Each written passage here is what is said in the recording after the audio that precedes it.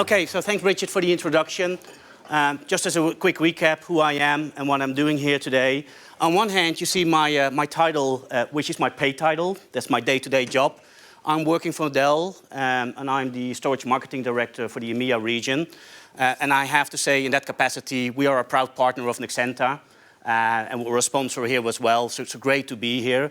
But the invitation for me to be here is with my other title, which is that I'm a board member of the SNIA in Europe. So I'm representing the storage industry today, which is great. You know, I can talk on behalf of everybody else in the industry, and I can say whatever I want to say, and even talk badly about some of my competitors. But within the SNIA, we don't do that. We are a vendor-neutral organization, and what we do is we try to observe what's going on and make sure that we are doing the right things for the industry and for our customers. So everything related to the vendors and the users of storage. And that is a wide scope of things we do. We're doing education. From a global perspective, we're setting standards as good as we can, and all these kind of things. And the purpose of today is going to be, where is the industry, where are the vendors looking at when we talk about software-defined storage? It might be that some of our members might have a slightly different view, but as an industry, this is how we look at the market, and this is what we think is going to happen, and this is where the opportunities are. I always like a little bit of a structure in here when I do my presentations. So we will start with the why. Why is it happening? There must be a good reason for it. Then we will talk about the how we will get there, and ultimately with the what. What do we have? You know, what are the offerings? What can you do? So I will follow that structure. So I don't have a fixed agenda on that one, but that should a little bit, you know, the flow of the story today. Just as a starting point here, a little bit of an icebreaker. I was listening to Bridget's pitch in here, and she was asking all the hands. By the way, I will ask a couple of hands here as well. I was a little bit surprised and maybe even shocked about some of the answers you were giving, especially on the object-based. For those, maybe you don't feel comfortable raising your hands in this audience, but if you don't tap into object right now, you might be out of business in 24 months. You know, it's one of the next big things for all the good reasons. So maybe you're not familiar with the technology, maybe you don't understand what kind of possibilities there are for you, but object-based will be an important one. What I think is happening right now is that the industry is searching what the best market is for object-based, how it will go to market, how it will be delivered in an software-defined variant, in an appliance variant, or whatever. You will see combinations of it, but from a unified perspective, I already was calling out 2 years ago that object-based should be part of unified. And I think IDC will start changing their way of measuring the market with unified clarification here, say, yeah, object with file, with block, is the new unified standard. So I fully support that standard. And I hear, when I talk to customers, to end users, many people thinking about object-based. So, you know, it's not something that comes out of the crystal ball only. So that one. So just for me to have a little bit of sense of the audience, we're doing this, I know I'm going to run out of time at the end. I got probably too many slides already. So who has a technical background or a technical day-to-day job, roughly? Wow. So we need to go with bits and bytes here. Who has a more commercial job, sales or whatever? I see the same hand sometimes, so you probably got a mixed role. You're all consultants, whatever. And anybody from the marketing side? Okay, so the marketing fluff will not work today. No, that's good to know. Okay, so I got a little bit of a technical background. I like interactivity. So if you have a question, feel free to challenge me. I will try to answer it. I cannot always answer any questions, but if there is a question, feel free to ask. Let's see if technology is not letting me down. It's working, but I need to only click it once. So first of all, you know, where are we today? And welcome to the virtual era. In case you haven't noticed, we're all living in a virtual era today. What that means, the virtual era, is that instead of having a team of direct reports, you might have an organizational setup where you work in virtual teams much more than you did 10, 20 years ago. In the old classic situation, you were a manager and you owned a bunch of guys working for you. In the virtual era, we all have virtual teams and everybody is spread around the world. And if you do so, you see everything behavior around in the same way. So businesses has changed, adopting these kind of virtualized worlds, 24/7, economies have been started, online communities have been done. And at the same time, there need to be new tools and new communication methods to let everybody stay connected on a 24/7 basis. So in the virtual era, we see new dynamics when it comes to working together and to do business together. So we work at any place, at any time, from any device. And you will have access to all your information all the time. I think that's a little bit the purpose here. So you don't care if you have a BlackBerry, an iPhone, or an Android phone, or a tablet, or a PC, or a notebook. You want to have access to your company information, regardless where you are. Even if you're in Japan, in Holland, wherever, you need to have access to that information.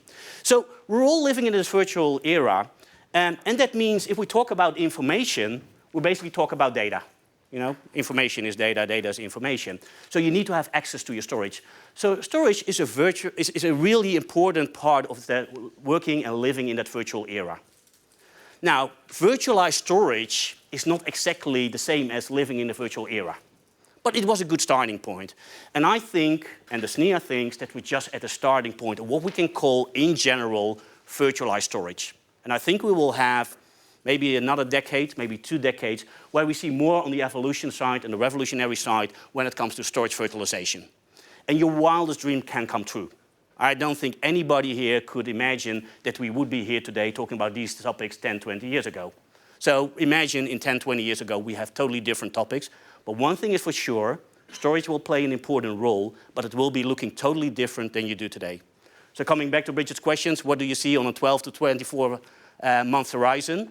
I don't think you can see it, but 24 months should be doable. 12 months, you should know it. I think in your capacity, you should know what's going on, and you should really tap into those trends, otherwise you might be too late.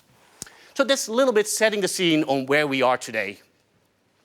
Interesting in the virtual era is this marketing phenomenon that people throwing out all kinds of words. Every day you wake up, you hear something new, and you need to spend some time to understand what it's all about. Where are the good old days where we were talking about direct attached storage, storage area network, and network attached storage? Our life was that easy, and we were making good money out of it. That doesn't work anymore. Suddenly, we have to start talking about how does storage behave in a virtual desktop integration world?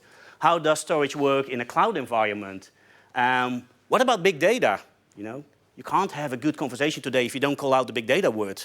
So what is big data? What does it mean for your customer? What does it mean for you? So you see a lot of these words coming down to the market almost every day. And you need to become a little bit of a specialist here. It's about technology. It's about business use cases. It's about value propositions. But everybody throws them into the wild here. The interesting one is, what do we try to achieve with all these words? Do they really make sense from a customer perspective? In many cases, yes. But in some cases, it's just a hype. And I think as an industry, and including you, we have to figure out what is real, what's a hype, and all these kind of things. Interesting. So some of these words might be, let's say, high on the agenda, on your radar screen right now, but might be gone in 12 months, which I don't think is the case for object-based storage, by the way. I think I made my point clear on that one. So we'll come later to a little bit more to software-defined. Bridget already said, you know, she saw a lot of announcements over the last couple of months of software-defined. Basically, it's a word that should be on here as well. I haven't put it in here because I'm going to talk about it a little bit later. But software-defined is the new one. You know? And so we're here listening to me, what the industry view is about software-defined. And that's an educational part. The interesting one of these words is, if the whole industry starts talking about it with their own definitions, customers are open for it. If one vendor starts calling out one of these words, it doesn't resonate very well to your customer base. If everybody in the industry starts talking about it, and we got press in here, if all the press starts writing about it, if the analysts start tapping into it, it suddenly becomes an agenda topic. And that's where your opportunity is, to tap into those opportunities and have those conversations. But a VDI might mean something else for customer A and customer B. You need to be aware. You know the example of cloud. There is no single definition of cloud, and everybody speaks the truth, and everybody's wrong. Do whatever you want to do with cloud. So if we step back a little bit with all these words, what are the 3 mega trends that are out there right now? Feel free to challenge me if I missed one, but I think these are the top 3 that are out there where everybody is either creating their mind on, struggling with, trying to build products and solutions. But this is what we see. One is, I mentioned already, cloud. Can you have a day in your life today without talking about cloud? At least not using the word? I don't think so. You know, whenever I'm trying to say I'm not going to take the word cloud in my mouth today, I can't do it. The first journalist I run into say, hey, what's your cloud proposition? Okay, here we go. You know? So cloud is one. So, but I'm not going to spend too much time on it. That's not the, where this session is meant for. The other one is the explosion of data. That's a very interesting one for this audience. So I will come back on this one on my next slide. And the third one is the consumerization of IT. You know, the way how we deal with devices, you know, in this virtual era, how we are connected all the time, how we work together, and all these kind of things. And then you have the fourth one, which is basically an overarching layer. That's the security and compliancy. You can't talk about these three without taking into account compliancy and security. So they're an integrated part of everything, but these are the top three. Anybody disagreeing with me on this one? Did I miss any? Or did the industry miss any? No? This is your opportunity to disagree. I'm a Dutch guy, I can have it. Okay. So we have set the stage here. You know, we're all on the same page. These are the three.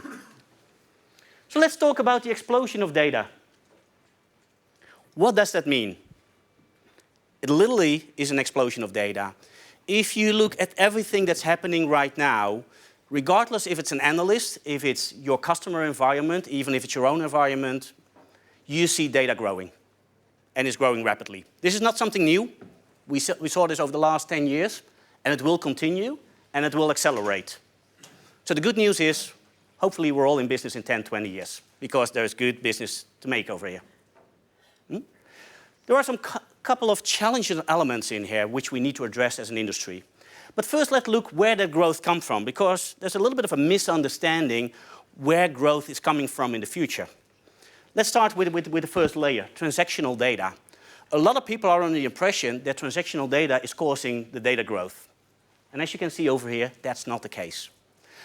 People think that if we are connected on a 24/7 basis, we do everything online. Are you booking your holidays nowadays online instead of going to the travel agency? You transact data, you book your travel, you provide your credit card numbers. And so a lot of people are connected over the internet and all these kind of things. And we think transactional data is part of this explosion of data. But if you look at the facts, that's not the case. It's just a few bits and bytes that we're sending over. Not that interesting. And especially if you look at the way that data is stored. Transactional data, roughly 95%, I think it's a database kind of thing. It's structured data. It sits nicely into a database, typically well managed if it sits in a database. So not the biggest driver for this explosion.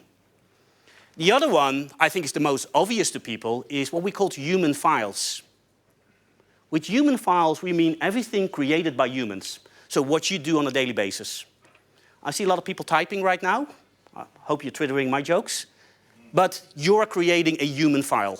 You know, you do something, you create a file, either that could be a photo, like Tony is doing, you're creating maybe a Word document, you might do a tweet, you're creating some sort of file, and look at the explosion, what we're doing. And if you just look around you, for those who have a Facebook account, see what people put on your Facebook account, what you see on your news feeds on a daily basis. It started with a nice line, what I'm doing today. Now they put a photo next to it, maybe even multiple photos. The resolution of the photos went up. They start putting movies in there. It's growing rapidly. And that's only the consumer side of it. The business side is here to pick up, but we'll go there as well. A good example on human files here, from a business perspective, is electronic patient records. That's a file created by a human. It's a folder where we put their digitalized photos in there, their healthcare records and everything in there. And that's a human-created file. There's tremendous growth taking place in this one over the next coming years. The social interactions, that's more how we behave. That's more collaboration. You know, everything we do with IMing, link, exchange, Outlook, whatever kind of messages platforms we have out there, how people work together, how you got socially connected. And to a certain extent, I spoke about making the photos and put them on Facebook. The actually Facebook kind of way of communicating sits in this area on social interaction. But the photo you're creating, before you put it on Facebook, is the human-created file. The big thing the most scary one, the most unknown one, is called machine-generated data. You should be worried about machine-generated data. Another word that you see popping up frequently now is called Internet of Things, because you can't really grab it as a single name, so people call it the Internet of Things. Does anybody has an idea what I mean with machine-generated data? Sensors. Sensors, yeah, that's a good one. And I think a sensor is maybe the most important one. Coffee machine sensing when you get up. Yeah, that's a good example. What we will see over the next coming years, and you see it today, you just need to pay a little bit more attention to find it. Everything you buy, or everything you will buy very soonly, will have something in there that is collecting data. Through sensors, to interaction, how you behave with that machine, whatever. Why are the machines doing that? Anybody has an idea? What is the need to stay with your coffee machine? Why does that damn coffee machine want to know if you take milk every morning, two pieces of sugar, black, white, or whatever? Marketing. Marketing. Sorry? Yep. All kind of examples here. Not going to judge if it's right or wrong. But there is value in that information. That's the most important reason. The machine-generated things are collecting data because they think there is a value in there. And you see it everywhere. Let me highlight 2 examples just to make it clear what we mean with these kind of things. Anybody here from Holland? Hands up. I would expect so. So there is an energy company over here who is providing thermostats for in your home, if you sign up for that one. Have you seen the commercials on the television? What they do is they collect data on a day-to-day basis. They know exactly when you're going to turn up the heating. And if you turn it up, you're probably at home. So turning up the heating means you're at home. They know on a day-to-day basis what your behavior is. If you're feeling cold, warm, they know the weather, and they can bring all the data. In the whole big data discussion, very interesting to know. Is that energy company interested as you as an individual to have that data? The whole security and privacy kind of thing? I don't think so. But if they have more data points from you, from your neighbor, from your street, from your village, from your community, then it becomes very interesting to see if there's a trend. And that trend has a value. And for an energy company, it's about buying oil, gas on the market to get their engines running to produce heat. So if they know on the Monday morning, they see this spike, because everybody's turning up the heat, everybody's home, we're not working anymore on the Monday mornings, that's there they know, okay, for the Mondays, I probably need to buy on a Sunday at the lowest rate, and that saves me money. That's where these sensors play a role. Machine-generated data. You don't think every day you're walking next to the thermostat, hey, it's collecting data. It does. Day-to-day, 24/7. The other example, very quickly, is car manufacturers. You can buy nowadays an options at some brands where you are connected 24/7 with your car to the manufacturer. And they say it's for services purposes. Don't believe that.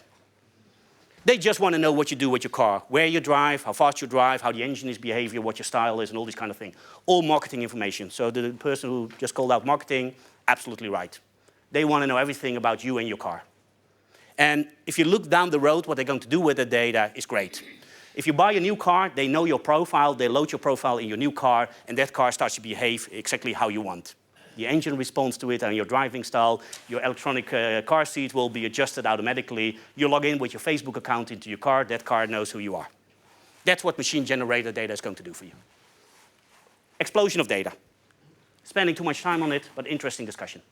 So, from a CIO, this is going to cause a problem.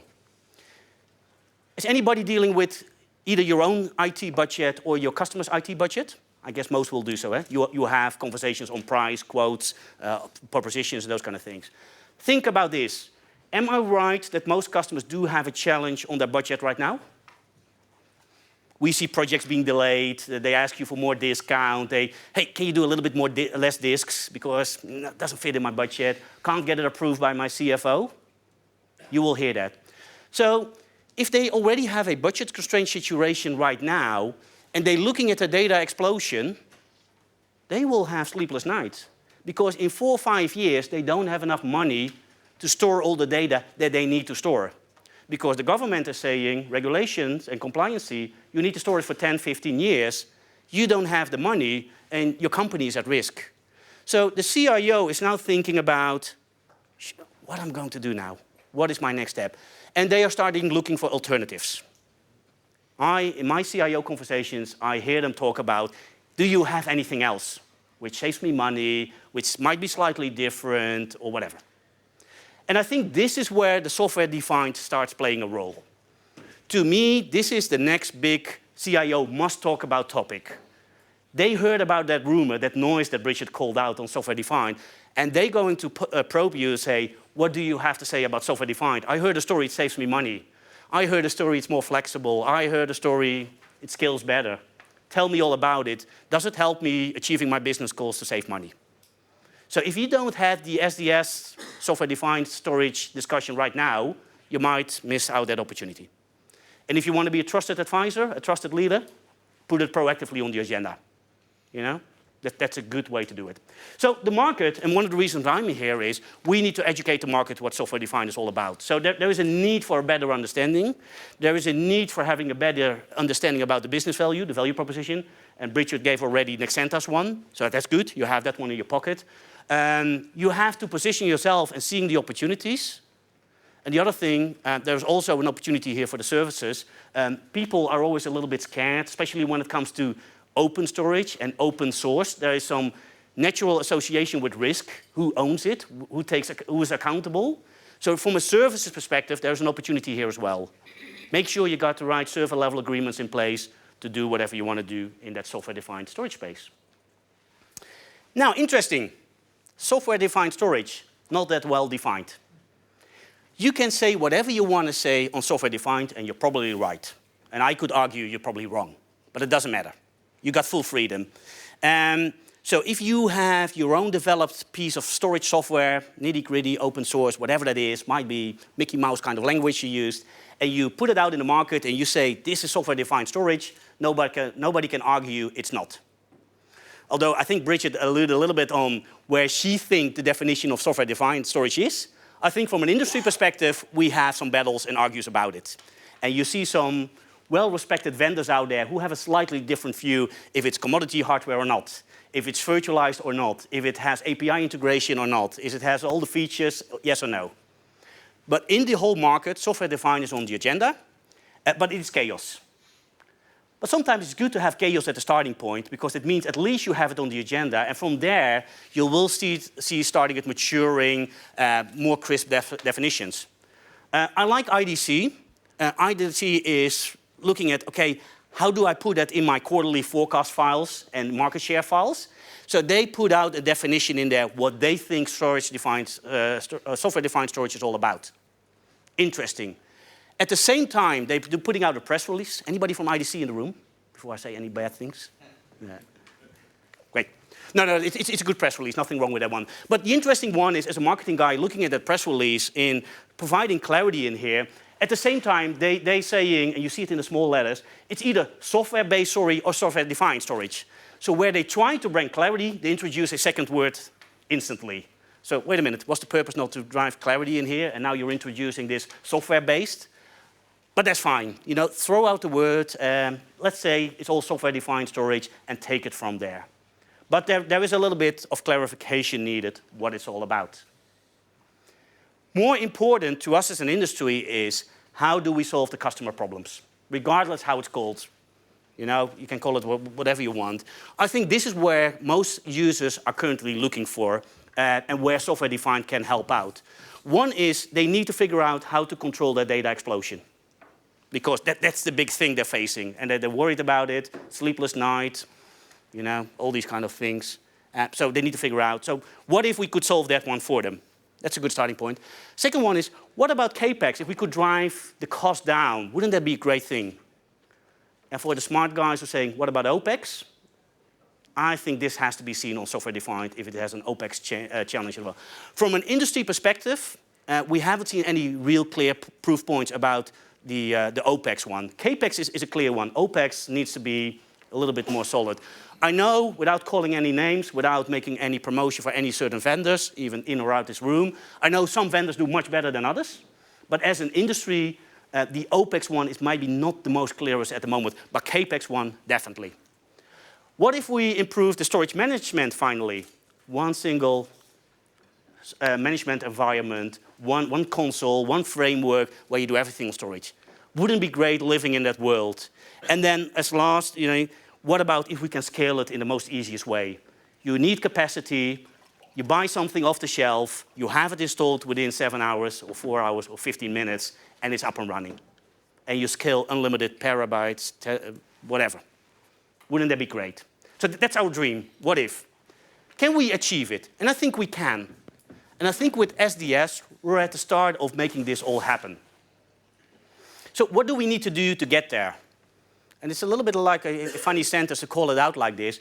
But what we basically should do is we should turn arrays into applications, into apps. Because it's all about software. Wow, somebody's getting nervous about my presentation here. No need for it. So we need to give a little bit more credits to the software side of the house. Traditionally, if I would ask a random person on the street outside this hotel, say, what does storage mean? He will probably say disks. Either in the laptop or whatever. Storage means disk. I think in the future, storage will be software. Disk will be less and less important. Interesting, when I walked in this morning over here, and I walked at the sponsor booth, open storage, we talk about software, the only thing I saw was arrays. I saw disk shelves.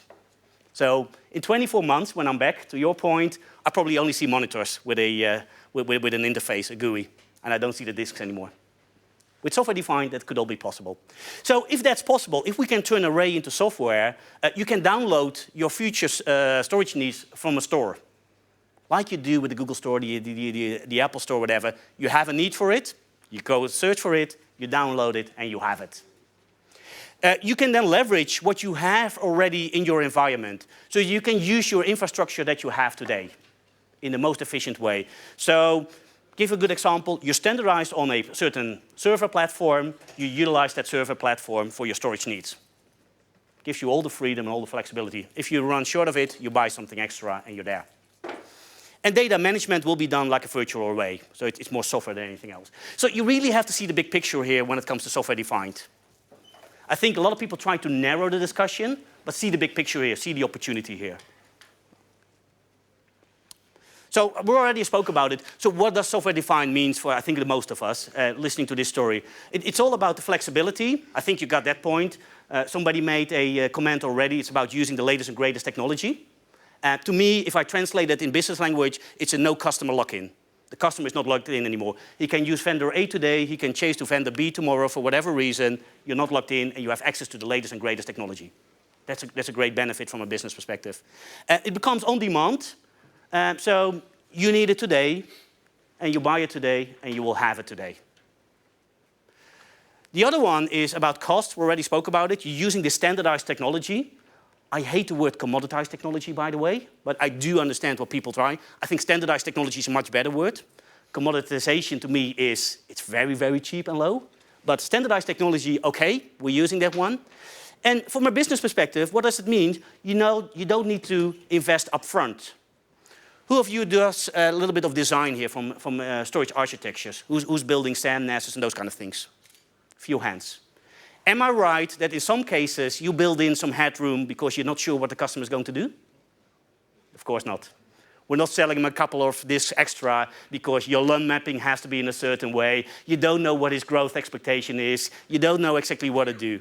Come on, we're all doing it. We try to sell him an additional array just in case he needs it. And for us, it's good money as well. Let's be honest. We always want to make an earnest buck. But ultimately, a customer doesn't want it. They don't want to pay money for something they're not using immediately. So with the flexibility and the cost under control, you only buy what you need at a certain point in time. And you have the guarantee, and that's the most important one, you have the guarantee if you need that capacity the day after, you will have it installed almost instantly. Then scaling, now it comes directly with that investment, is you can scale as easy. It's a plug-and-play kind of solution. You add capacity, you add performance at the same time, and you scale it wherever you want to bring it.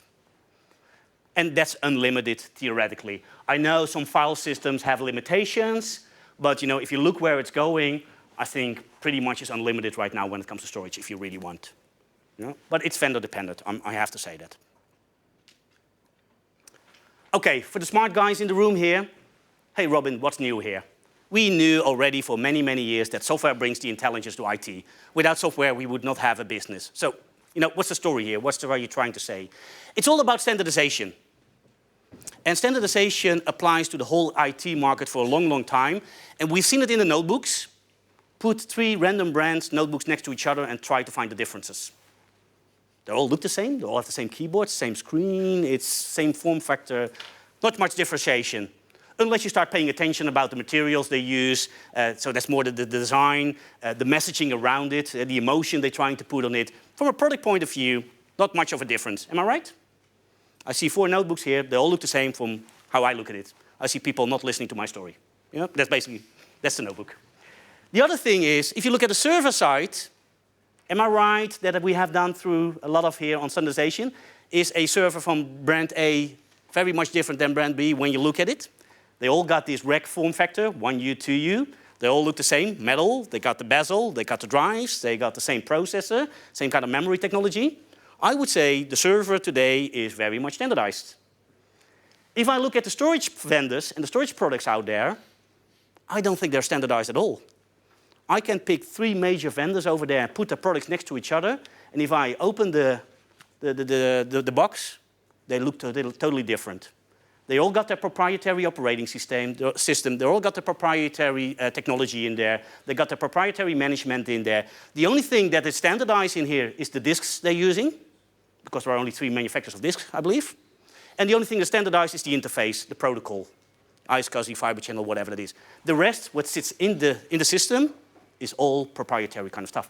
So what we have seen, and what we're now seeing much more, is the standardization curve finally starts to happen when it comes to storage.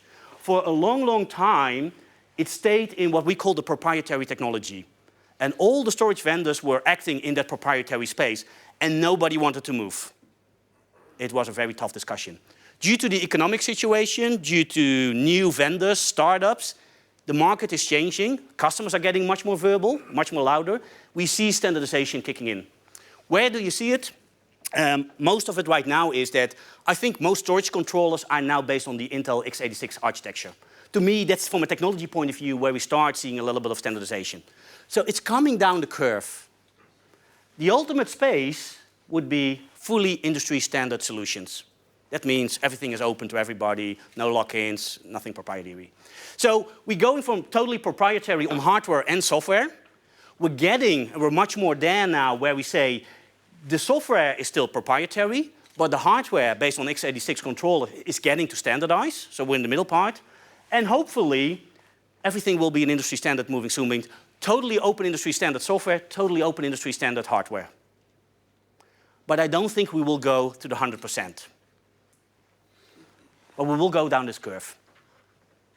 Now, why did everybody want to stay in that proprietary IP? Very simple, it was protection of their business. If are there any vendors in here, we know the name of the game. You want to either protect your customer base, you want to protect your market share, you want to protect your margin, your revenue streams, whatever. That's why we have a business, to make money. So everybody was very in a protective mode, and nobody was willing to go down the standardization curve because it was basically opening up the markets for your competitor, and nobody wanted to do that. Yeah? So you saw a lot of protection. We saw with some enterprise vendors who started to push convergence, where there was a tight integration between server, storage, and networking. And that was basically the starting point of what I would call the standardization. Because now it's not a storage discussion anymore. It's more like a workload kind of discussion. And people don't care too much if it's a storage A, B, or C, or a server A, B, C. It's about the total solution. And that's a big driver when it comes to the standardization. And then you got the fully industry standard. And to me, that's the area where the open source and the open storage arena is. And where you see a lot of innovators, startup kind of companies that play a role in there. Now, I think the sweet spot is somewhere at the border between standardizing and industry standard. I don't think it will be one or the other. I think it will be at that borderline. So you will see vendors with their own IP, with their intellectual property, which is a proprietary kind of thing, working on software-defined solutions. But at the same time, you will see the open source community doing high developments as well. And I think over time, we have to figure out where they will meet or clash. And I think they will work good hand in hand. I don't think there will be a big clash. I don't think we will go to the classic Windows versus Linux fight. I don't think, on the desktop operating system a couple of years ago, I don't think that will happen in the storage space, but you will see some dynamics over here. Now, is this just rubbish, or can I prove it? I can gladly say I can prove it. If I look at the 5 top industry transition trends, 3 of them are, to me, directly related to software-defined storage. First of all, everybody recognizes that the value in storage sits in the software side. And we call it software-defined. 5 minutes? Oh, gee, I really need to hurry up. We see that, so that's one. The second one is server and storage convergence. We already spoke about it. And the other one is data growth. So those 3 are directly related to software-defined. And you look at the growth chart over here, where software-defined plays an important role when it comes to that data explosion is what we call the cost-optimized space. Because we know they have a budget challenge, so it's about cost-optimized solutions. And the interesting one is, look at the yellow space. That's what is called the performance optimized, but maybe a better word for performance optimized is about feature-rich kind of solutions. There is a over-featured kind of attitude in the market. There's a feature battle going on. I have NFS version X, you have only that. I got SMB version, you only got that one. I can do snapshot, you can't. I can do snapshot learn, you can't. Customers don't care about all the features anymore in the near future. They're just trying to figure out how can I store all my data. And they're willing to jeopardize a little bit about the risk if they don't have all the features. So de-featuring is something that's likely going to happen. So you will have a less feature-to-feature battle according to the growth. Now, if you look a little bit different to it, you can classify that data, hot active data, which I don't think is the most important area for software-defined. I think that's where your technologies like flash technologies coming down, really high performance IOPS-based storage arrays. I think where software-defined can help out big time is more in the cold static data. So in technology terms, that's why I asked the question, it's about the tiered data that sits a little bit further than the tier 1. I think there's a tremendous opportunity. How do you archive? When it comes to object-based storage, long-term kind of storage in the best, most effective way, those kind of things. Off-site storage and all these kind of things. I think that's where software-defined can play out big time from a starting point. Over time, it can develop, it can go up, but I think that's where the sweet spot is. So this is interesting then. We spoke about the definition, which is not there. So will there be one software-defined storage solution? And the answer is no, it will come in flavors. And you already see it in flavors. There are flavors out there. And maybe I missed a couple of them already, but I think the most full one that are on my radar screen, which on the SNIA radar screens are these 4. One is which I will call the pure application. And I think, Richard, this is where you started with, you have an application and you install it on a commodity server, on a standardized server, and you got a software solution. This is, to me, a native integration about software. Regular industry hardware, software package on it, and it becomes a storage solution. The interesting one is, when I was thinking about it, why took it us 20 years to get back at the starting point? Remember the good old days where we had Novell NetWare? We just had a plain server. We installed Novell NetWare on it, and we had a file server. Look what we're doing right now. We take a server. Of course, the server has been 20,000 times faster, but we're installing a software on it, and so we're back where we started. So it's good we keep our business alive. Nothing bad about that. The second one is vendor-defined. This is my made-up terminology. It's not a SNIA terminology, it's Robin Kuepers terminology. What I'm trying to say here is there are vendors who are putting out really great marketing names, and as a marketing guy, I always like those kind of names. I can't remember them, and I'm not sure what they're trying to say. But these are all the great marketing buzz out there to say, we do something in software-defined, and we call it virtualized, blah, blah, blah, blah, whatever. And you see all the major storage vendors putting something out in their press releases today. They're either announcing something, they're launching something, and they have the best words in the world. I would call that software-defined, because there's no commonality. If I look what vendor A is doing versus what vendor B is doing, it's totally different, but they all put the software-defined label on top of it. Okay. I see that there's an intermediate step, and we'll see where that goes. Credits to them who are doing it. It all helps the discussion. The other one is virtual machines. This is where it probably becomes very interesting. See this as running a storage environment as a virtual machine, as a VM, as a true VM. For disaster recovery purposes, when your storage server goes down, that VM moves automatically to another server. When your workloads are getting high, you need more capacity, that VM, your storage environment, moves to another environment. That should then seamlessly integrate maybe with what I would call software-defined as a services. There must be as a services always. So let's say there will be a software-defined services as a services. Why not?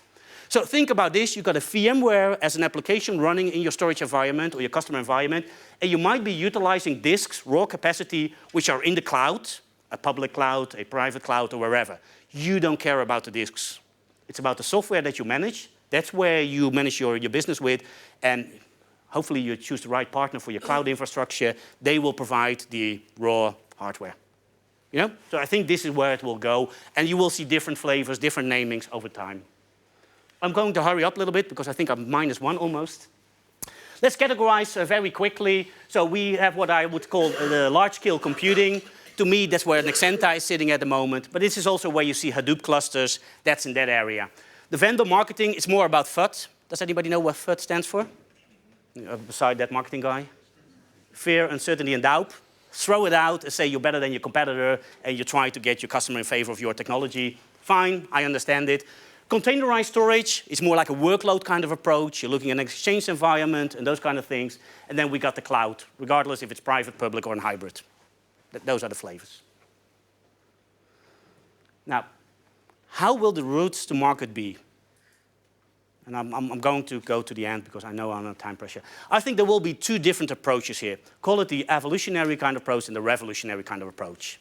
You will see the market being developed by traditional, well-established vendors who want to have a good fair share of the software-defined storage market, and they will use their own IP that they have today, which they might have acquired in the past or developed in the past, and they try to port their technology to a software-defined kind of flavor. So, you know, whatever vendor is out there, they will take that IP and say it's now software-defined. At the same time, you see from the other side, which is more the open storage environment, you see large communities developing kind of solutions based on open source, open stack kind of environments, and come from the other way. And they will meet in the middle, as I said earlier. So there is no one route here, one route where it will go to, and we'll see. Both are qualifying as software-defined storage, which is fine. One will say we can use our own architectures. The other will say take off-the-shelf kind of products, brand independent, all these kind of things. One will pre-package it as a bundle. One will go for appliances. Different variants you will see go to market. What is the biggest challenge? And then I'm going to close off. The biggest challenge for us here in this room is our brains are programmed to a one-to-one relationship. It's always very difficult and challenging to make a joke in here, but there's a large male kind of group in here. But on a one-on-one relationship, we all got one wife and one girlfriend, right? You don't have two wives and two girlfriends. Always a one-on-one relationship. Our brains are programmed on one-on-one. One-on-one we can understand. One-on-one is easy to learn, it's easy to manage, and you can make progress because it's tick in the box. You have done one, you go to the other one. With software-defined storage, we're living in the virtual era. It's not a one-to-one relationship. Suddenly, you start scaling out. You have multiple platforms.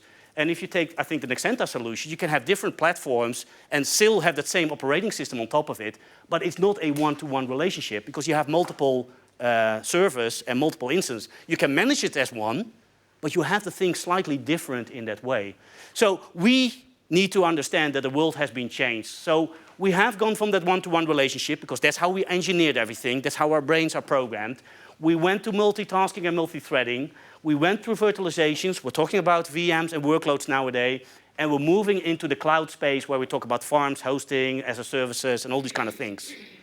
With software-defined, we need to make sure customers feel comfortable that storage is not that single array in the past, as it was in the past. It's going to be an application that runs somewhere in the infrastructure, your own infrastructure or somebody else's infrastructure. The best way maybe to translate this one is, remember what we have done over the last 10, 15 years? It's called storage consolidation. We looked at all the storage around in the data center and we put it on one big SAN, one big NAS. Look what we're doing now. We basically said, we thought we had a solution. Now we're pushing it out again. We say scale out on multiple platforms, and that's it. People need to understand that concept and the benefits. The world has changed, the technology has changed, the needs from our customers has changed, so that's the reason why we're doing it.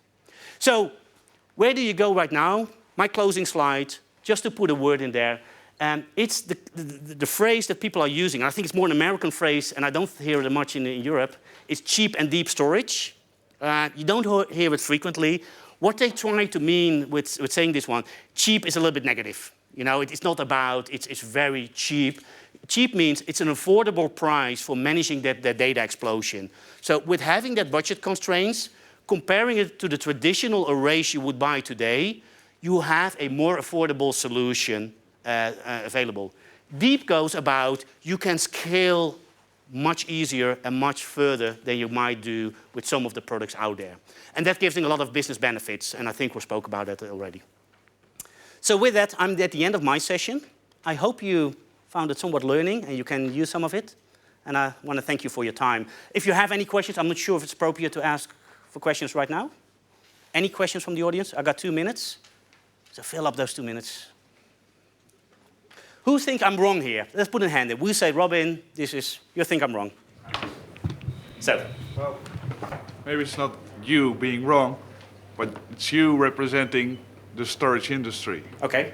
And why are we wrong? And obviously, there are a lot of large vendors in the storage industry. Yeah. That's why you position the transition from the old conservative way of doing storage to the new and open way as evolutionary, whereas the disruptive way you call revolutionary, yeah. which has a negative ring to it. Yeah. We are not part of SNIA. No. We are not a member of SNIA. Because, you know why? We don't have time to be part of SNIA, and we are busy with technology. Yep.